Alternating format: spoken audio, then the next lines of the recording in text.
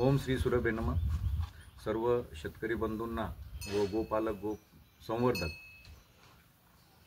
त्यांना माझा रामराम जय श्रीराम जय गोमाता.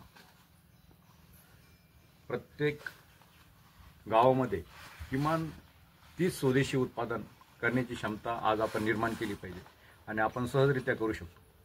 आपल्या भारताला समृद्ध बनवण्यासाठी व गावाचा विकास जो पूर्णपणे कृषी आधारित उद्योगांना प्राधान्य देऊन आणि ज्याच्या माध्यमातून ज्याचं प्राथमिक केंद्रबिंदू जो आहे त्याला गाईला ठेवून आपण हा संपूर्ण गोमय उत्पादनाकडे आपण वळलं पाहिजे.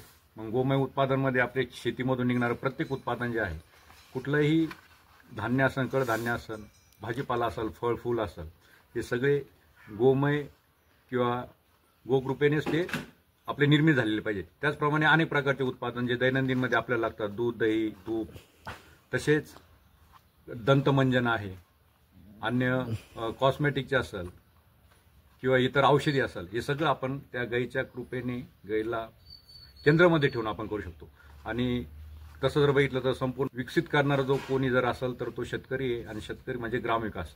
तर ग्रामविकासाला प्राधान्य जर दिलं, जे मुख्य शिल्पकार आहे, ज्या भारताला दिशा देणारे आणि समृद्धीकडे घेऊन जाणारे, ते आज पण शेतकरीच आहे. त्यामुळं ग्रामविकासाला प्राधान्य द्या आणि मुख्य शिल्पकार जे आहे तर त्या शिल्पकारांच्या माध्यमातून आज कुठंतरी ही नवी दिशा मिळाली पाहिजे. म्हणून आपल्या घरावरती आपण किमान माझं घर गो उत्पाद विक्री केंद्र म्हणजे जे हलाल सर्टिफाईड आहे, त्याचप्रमाणे हलाल सर्टिफाईड न ठेवता आपण गोमय सर्टिफाईड हे पूर्णपणे कुठलाही विषय कुठली वस्तू असेल तर तिला गोमय सर्टिफाईड आपण तयार करण्याची क्षमता निर्माण केली पाहिजे.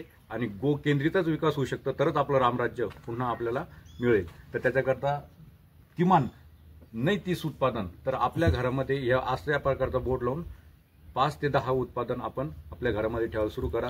असे प्रत्येक गावामध्ये किमान 30 उत्पादन करण्याची क्षमता आपण तयार करू शकतो. आणि हे कौशल्य आपल्याकडे आहे, आपण याच्यासाठी कार्य केलं पाहिजे. आणि जी बाहेर जाणारा जो धन आहे तो धन आपल्याला वापस मिळून आपल्या गावामध्ये आपल्या गावाची समृद्धी, आपली समृद्धी आणि देशाला समृद्धीकडून नेण्याचा आपण वाटचाल केली पाहिजे. जय हिंद, जय भारत, जय गोमाता.